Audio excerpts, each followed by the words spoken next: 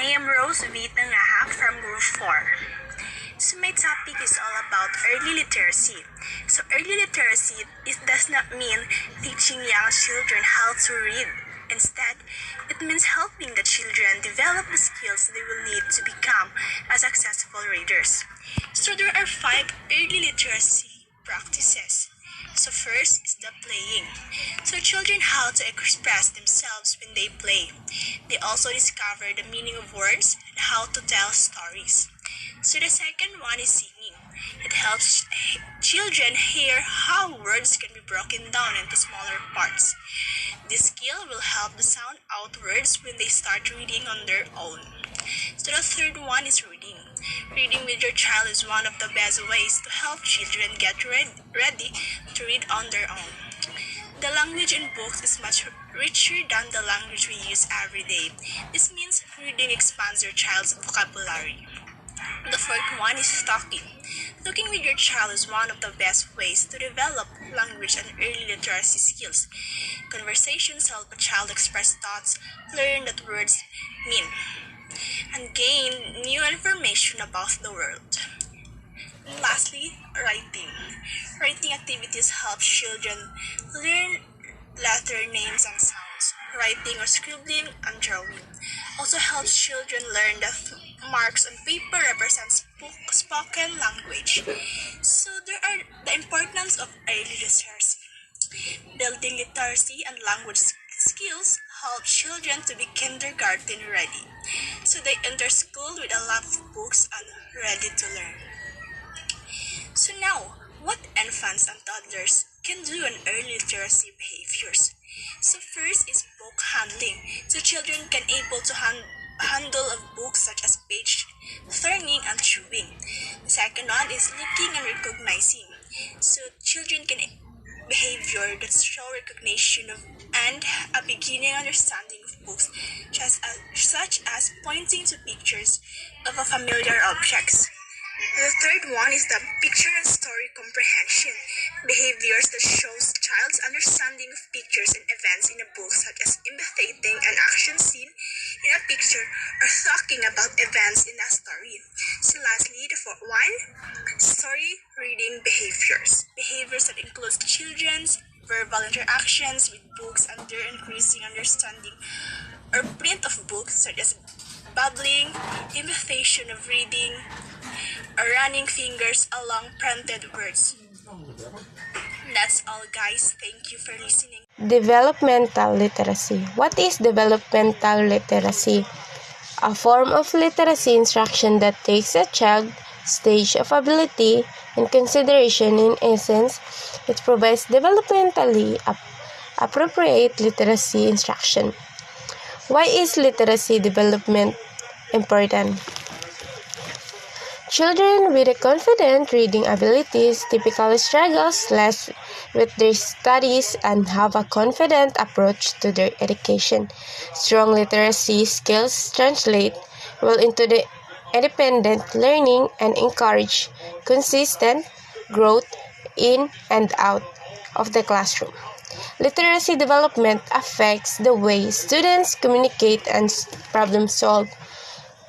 Those with a strong literacy skills usually have improved cognitive ability. 5 stages of developmental literacy. Stage 1. Emergent literacy.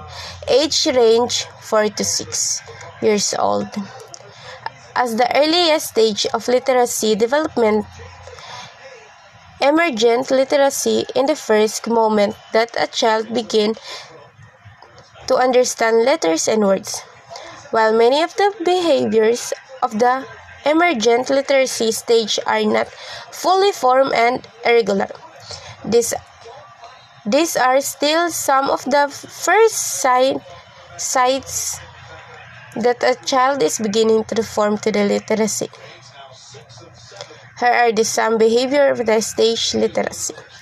Pretending to be able to read the children's book, the ability to recognize the first letter of their name, singing the ABCD,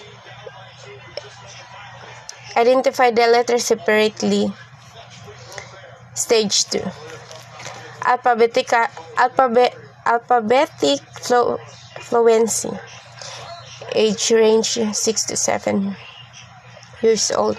As the child grows older and more comfortable with the learning that words and letters are there, enters the alphabetical fluency.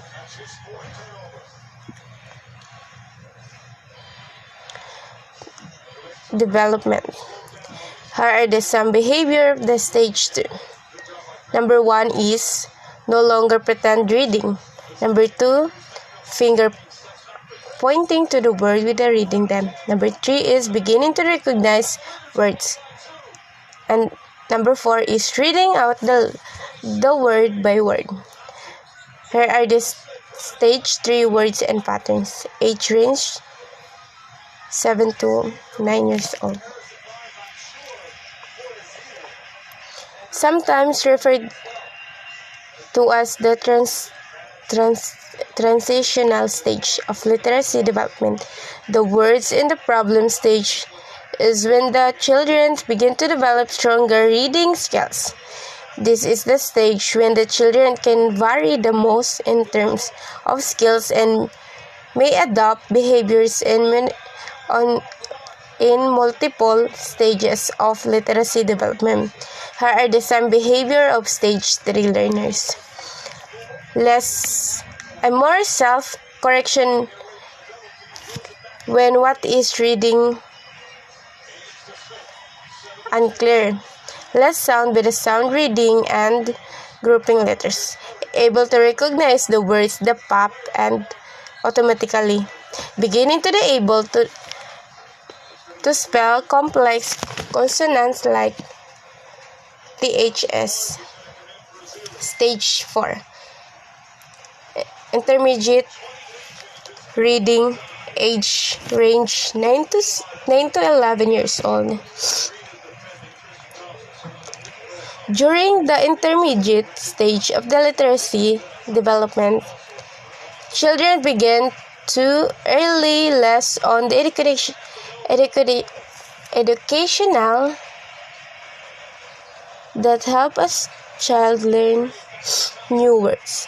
This is also when the children are becoming able to the right of the sentence with a less or develop stronger influence over.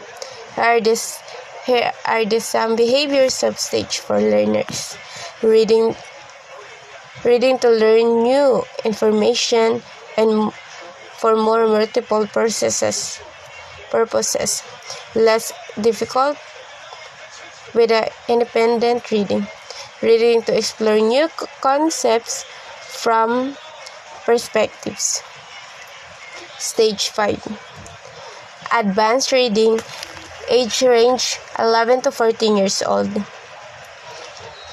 As the last stage of literacy development, advanced reading is when children become fully fluent and capable of relying on the independent reading to the learn. New information, reading and writing provide the little difficulty, and students can absorb complex reading materials during the stage.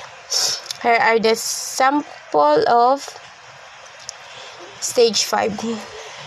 The ability to understand and retain complex reading materials. Readers usually have a strong understanding to the meaning and semantic of the words.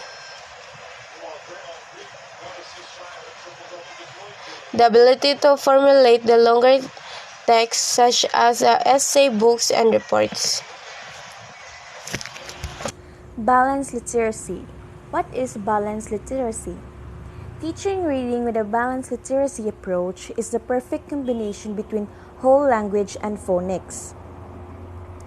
Balanced literacy is about balancing explicit language instruction with independent learning and language exploration. It aims to strike a balance between both whole language and phonics when learning to read. A typical balanced literacy framework consists of 5 components, including read aloud, guided reading, shared reading, independent reading, and word study. So these are the 5 components of balanced literacy. First is reading aloud. The teacher reads a story or poem to the whole class, modeling good reading in the process. So the teachers can make these sessions more interactive by asking for feedback or posing comprehension questions to students. The second one is shared reading. The whole class reads aloud together using a text that everyone can see. The teacher can reinforce reading strategies and encourage students in the recognition of familiar patterns in phonic families. The third is guided reading. In small groups, students of a similar reading level read a text together with teacher support. So during these sessions, teachers are able to recognize any weaknesses and try to address them with relevant future text. Fourth, word study. Word study sessions give students the opportunity to focus on certain groups of words, recognizing patterns in their sound and appearance. Fifth, independent reading. Students are given time to read independently, choosing texts that spark their interest and applying skills they have learned in group literacy session. And these are the benefits of using the balanced approach to literacy. First benefit is it provides the best of both worlds. If phonemic learning seems too structured and whole language too wishy-washy, a balanced approach to literacy might be the just right option you're looking for. This approach allows children to experience literacy creatively, finding meaning and enjoying the text that they read. But it also gives them the tools they need to break language down into its component parts, reading and writing correctly from a younger age. Second benefit is children get the opportunity to learn in different ways.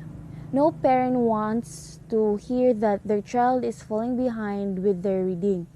But as phonics tends to favor kids who learn best by listening and the whole language approach is better suited to hand-on visual learners, neither will suit all students. By incorporating both of these approaches, a balanced literacy program ensures fewer children fall through the net. Third, it gradually hands responsibility over to students. Sometimes, teachers, in their desire to see their students succeed, provide too much input or not enough.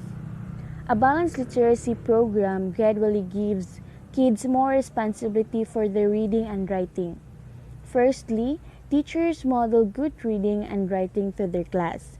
Then, teachers and children share in enriching literacy experiences as students practice their skills.